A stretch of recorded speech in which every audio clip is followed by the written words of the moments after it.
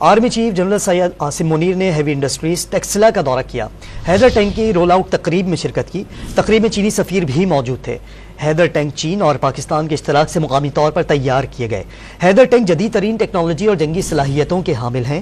اس بارے میں ہم مزید بات کرتے ہیں ڈان نیوز اسلام آباد کے بیورو چیف افتخار شیرازی سے۔ شاہد صاحب بتائیے گا آرمی چیف کے اس دورے سے متعلق کیا معلومات ملی ہے؟ جی بالکل، آج army chief general Syed Asim Munir نے ہیوی انڈسٹریز ٹیکسلا کا دورہ کیا ہے، اور یہ دفاعی ساز و سامان کے حوالے سے پاکستان کا ایک بڑا اہم ادارہ ہے، اور اس میں جو ایک نئی ڈیولپمنٹ ہوئی ہے گویا کہ جو حیدر ٹینک ہے اسٹیٹ آف دا آرٹ، اور جیسے بتایا گیا ہے کہ یہ چین کے تعاون سے بنایا گیا اس ٹینک کو، اور یہ رفتار کے حوالے سے اور اپنے نشانے کو ہدف کو نشانہ بنانے کے حوالے سے بڑی پریسیجن رکھتا ہے۔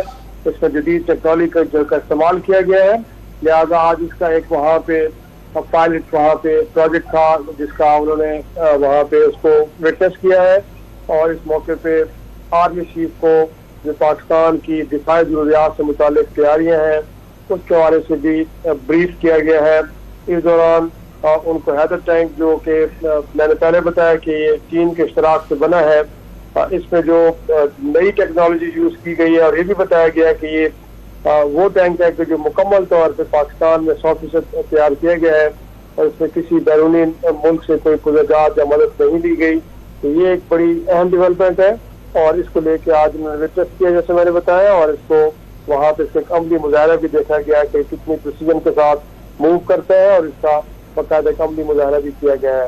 تو یہ اب تک کی جو اشتہار کی جانب سے تفصیلات بتائی گئی ہیں کہ آج آرمی چیف نے ہیوی انڈسٹریز ٹیکسلا کا دورہ کیا، اور وہاں پہ پاکستان میں 100% تیار ہونے والے جدید ٹیکنالوجی سے لیس حیدر ٹینک کا اس طرح سے انہوں نے معائنہ کیا ہے، اور اس موقع پہ عملی مظاہرہ بھی کیا گیا۔ جی شاہد صاحب بہت شکریہ آپ کا۔ وزیر اعظم شہباز شریف سے army chief general Asim Munir نے ملاقات کی۔ وزیر اعظم ہاؤس اسلام آباد میں ہونے والی اس ملاقات میں army chief general Asim Munir نے وزیر اعظم کا منصب سنبھالنے پر شہباز شریف کو مبارکباد دی اور ان کے لیے نیک خواہشات کا اظہار کیا۔ ملاقات میں پاک فوج کے پیشہ ورانہ اور سیکیورٹی امور سے متعلق بات چیت بھی کی گئی۔